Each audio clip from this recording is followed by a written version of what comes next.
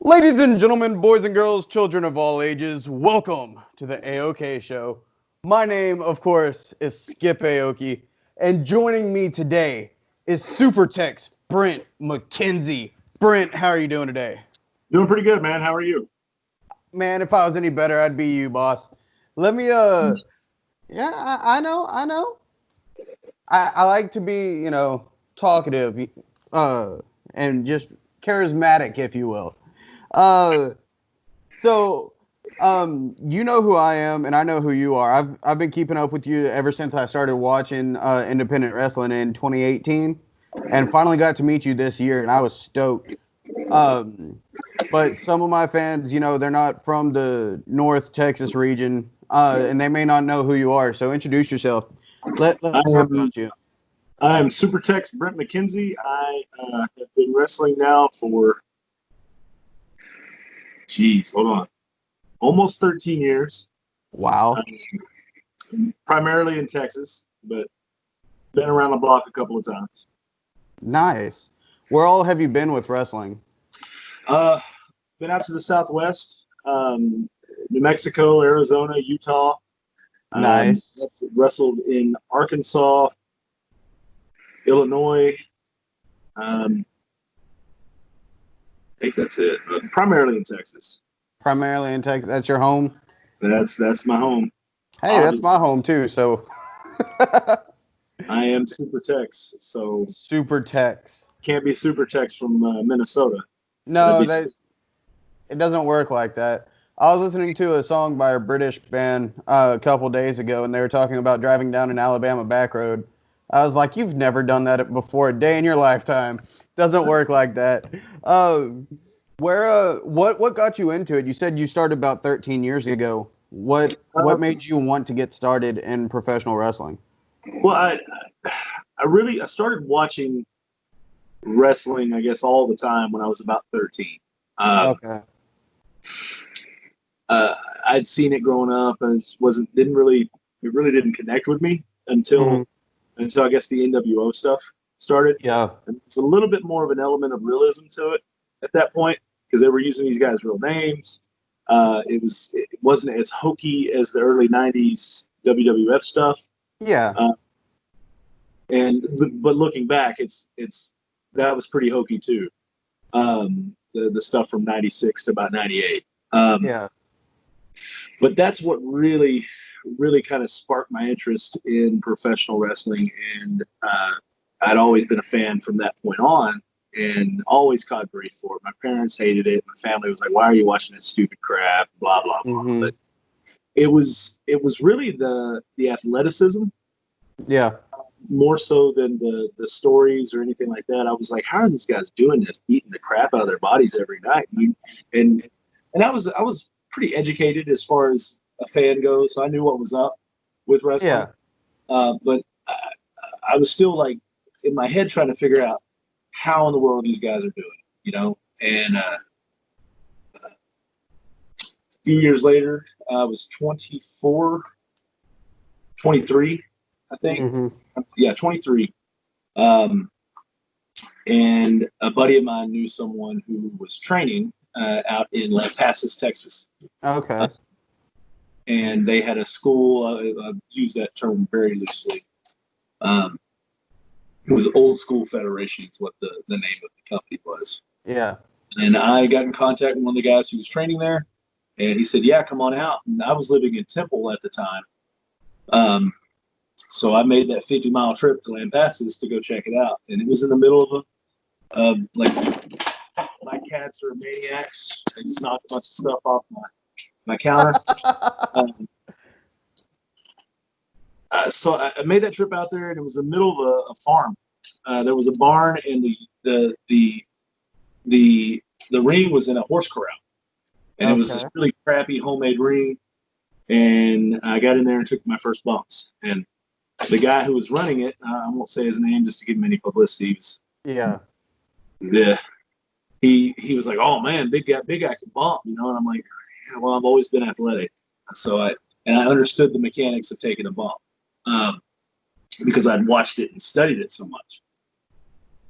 Um, and then from then on, the group of guys that was training there broke off from him, and their main guy was a guy named Ryan Genesis, who would later go on to become one half of the NWA World Tag Team Champions with Scott Summers. Nice. And the Kings of the Underground. Well, he was the main guy there training, and he bought a ring, and he had a shop on his father's property. It was this little tin building that he put the ring in, and we started training out there 4 or 5 nights a week. And so that's where I got my first real bit of training. And then we got to hooked up with some guys in San Antonio, and they started showing us some more and more, and ended up getting booked out in San Antonio for a couple shows. So from then on, it was pedal to the metal. I had stupidly quit my job to pursue wrestling, which was the dumbest mistake I ever made. As I do not recommend anyone doing that, because wrestling does not pay your bills. No, not at all. Not at all. But I did that and sacrificed a lot of stuff. I had a house in my name, a car, a really good, we'll say good job, but a job with benefits. Yeah. And I gave that up to pursue wrestling. And I'm still at it. So, as long as you're passionate about it and it's something you really want, you're going to make it happen. That's what I did. Exactly. So we had a really good group in Temple. And it was a lot of, you don't really find a cluster of guys that pick it up as quickly as we did normally. Mm-hmm. And I think we caught some resentment for it, or sorry, I don't know if that's the right word. I got you. But yeah, so we caught some flack for catching on so fast, which is the dumbest thing ever. So a lot of the folks in San Antonio resented the fact that we were on their shows now and we were performing as well as we were. We still didn't know a whole lot, but we understood the basics and how to get through a match for the most part. And a few of the guys didn't like that, so we got just a big mess. I ended up severing my ties with the company we were working with in San Antonio, and that led to the whole me versus Sean Hernandez thing. So we'll get to that. We'll get to that. Well, so you started off down in San Antonio, but right now you're up in the DFW area. Yeah. Am I right? You are correct. Just outside of Fort Worth. Just outside of Fort Worth. What path took you over there? So I got started in Temple. Where we started. We started doing shows there, and then it eventually became San Antonio. I was in Temple up until about 2015. Okay. And then I was working for a car dealership at the time in Temple, and then my boss there eventually moved up here to run a lot in Fort Worth. And he called me and said, "Hey, do you want to work up here? I mean, more money, all that kind of stuff." Yeah. And I was like, "Well, yeah." So I basically packed up my stuff and hauled ass up here, and got hooked up with MPX while I was here. It took a little while to get going there, but 2016 I made my debut at MPX, and I've been a mainstay there for the past 4 years. Which is it's a great company. It's MPX is fantastic. It's one of the only companies in the state that runs weekly. Yeah. I know with the COVID stuff, it hasn't really been the case, but they are starting this week, this Saturday, which would be I think it's the 18th. 18th. Saturday, 18th. They're going to be filming empty arena style shows. Okay. So at least we're producing content there, and it'll be weekly. As far as how it's going to be made available, I don't know. It'll be through the MPX network, which is network.mpxwrestling.com. They do a subscription service, which is $9.99 a month. Mm-hmm. And normally, once their show is completed, you'll be able to view it the following Friday before the next show on Saturday. So I'm assuming that's how they'll continue to do it. They may, I don't know if they're going to do a live taping or a live stream like they've done the past few weeks when crowds are still available or able to come. But you'll still be able to get content from NPX at some point. But got rolling with NPX, became the champion there. I was champion for almost 5 months, and defending the title every single week. Yeah. Fighting champion. I dig man. Let me tell you, that weighs heavy on you. It really does, because you want to go out there and you want to have a better match than the match you had the week prior. Yeah. So you always have to try to keep it different if you can. And at that point, I was a heel in NPX, part of Down to Fight. We were a heel faction. So we were just nasty Yeah. the whole time. So maintaining that and trying to be a heel that doesn't get respect from the crowd, because eventually that will turn you into a babyface. So, which unfortunately now DTF can't be booed at NPX anymore. It's yeah. I'm down in Waco, and I know about DTF. There you go. Well, I mean, everybody across the state knew about us, man. And unfortunately, we could never get the whole group together at one point to be booked on different shows because. Yeah. So on your tag team DTF, who all's in that group? Who all's in that tag team? Currently, it's just me and Machiko, and formerly was Scott McKenzie and someone else who we will not mention. Okay, understandable. A lot of names like that in wrestling right now that we can't mention. Yep. But hey, man, that's the wrestling business. We're cleaning it up one person at a time. Now, doing our best. Now, we actually met. First time I actually met you was at an SWE recording. Yep. Now, so how did you get in with that company? What, where did that all come from? So, I've always had a pretty good relationship with James Beard. Yeah. We've known each other for a while, and he approached me about coming in, and I said, "Yeah, sure. Let me know when." And this was like May or June of last year. I happened to just go to a Texoma show.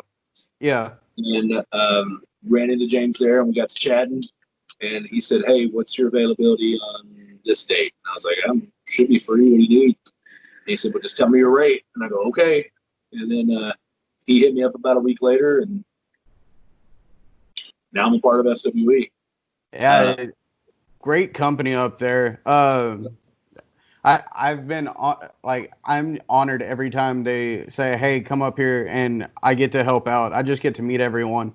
Yeah, it's really cool because it's different than from what a lot of places in Texas are doing, because we are actually filming multiple episodes. Yeah.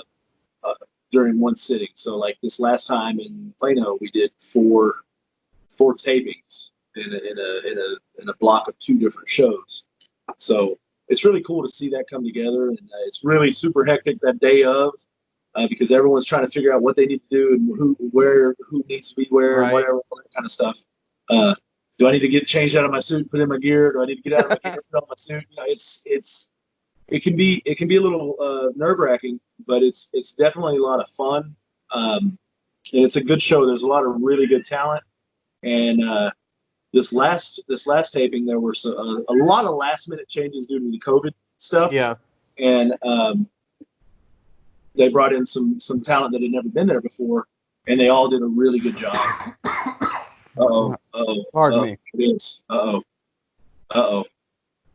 No, it's just a cough. Just a cough now. Come on now. Don't do that to me. I don't have the zombie. I'm good. Look here, drink your water. That's how it starts. Drink your water. What who are some of your favorite matches so far? Like who do you think's been the most fun to be with in the ring? Man, there are several. A few years back, I think it was 2014, I think was the year. Might have been 2013. I don't know right offhand. But it was me and Ray Rowe. Nice. The lumberjack match for NWA Houston. That's cool. You can find that match on YouTube. Really, really fun match. We beat the hell out of each other, and just one of my favorites is Yeah. in general, just as a person, is Ray Rowe. Ray Rowe's such a good dude, and I'm happy to see all of his success and being a part of the Viking Raiders there in WWE and them winning the tag team championship there. It was awesome to see. So I'm really happy for him, really proud of him, and he's doing great. I spoke to him just a few days ago when Sarah announced that she's pregnant. Oh, I didn't see that. Congratulations to him.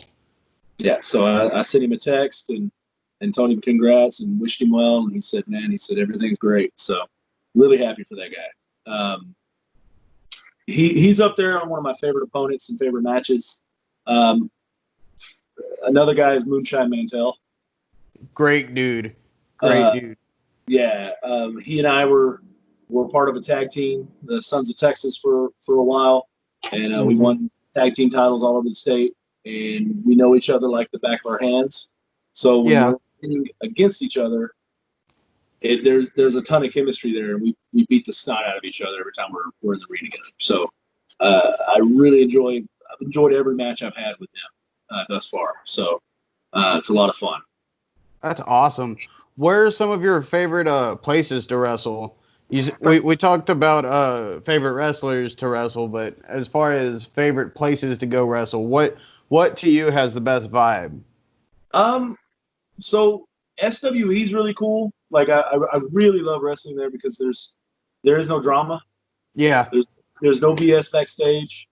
And it's ran really well. MPX is another one, man. It's a really comfortable locker room. But my favorite venue, if you want to go that route, there was a place when I was wrestling in Temple for New School Federation. When we moved, we just changed the name basically. To New School. So there was a place called Hog Creek Ice House out on Highway 6. I know where that's at. I believe it's a church now. I knew where it was. Yeah, it's going towards China Spring. If you're heading out on 6 towards China Spring, it's on the left-hand side. We did shows there, and we would do shows monthly. So we would do 1 week we were in Temple. Very next week we were in Waco. Yeah, we were running those 2 weeks every month, and that venue was such a cool place to be because the way it worked is you had an upstairs area and there was a bar and everything upstairs, and it had windows to look down at the dance floor basically, or the dining area, whatever you want to call it. But we had the ring set up. The bar was partitioned off so you could go around and get drinks if you wanted. And then they had all these TV monitors where we had hooked up to their monitors and were displaying our graphics and all this kind of stuff. And that was such a cool venue, just the way it was set up, because there was, like I said, the upstairs went outside to a big balcony where they had their rodeo arena and their outdoor stage. That's one of the coolest venues I think I've ever been in.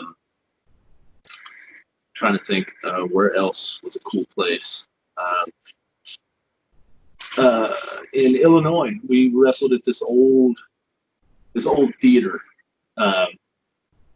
in Havana, Illinois, I believe was the city, and this was back in 2015. Yeah.